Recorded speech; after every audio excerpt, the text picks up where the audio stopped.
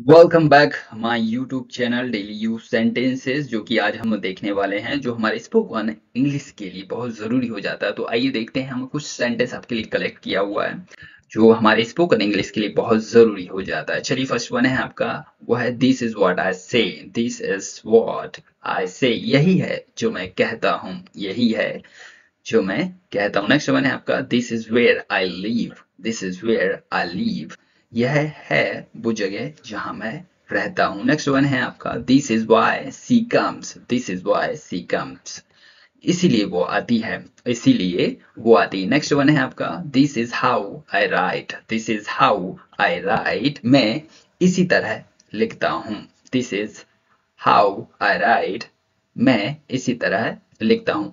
आज के लिए बस इतना ही रखेंगे हम, और नेक्स्ट वीडियो हम और देखने वाले हैं, कुछ नए नए सेंटेंस आपके लिए होने वाले हैं। और ऐसे मोर इंटरेस्टिंग वीडियो के लिए चैनल को आप सब्सक्राइब कर सकते हैं। और फिर मिलेंगे नेक्स्ट वीडियो में नए वीडियो के साथ, नए टॉपिक्स के साथ।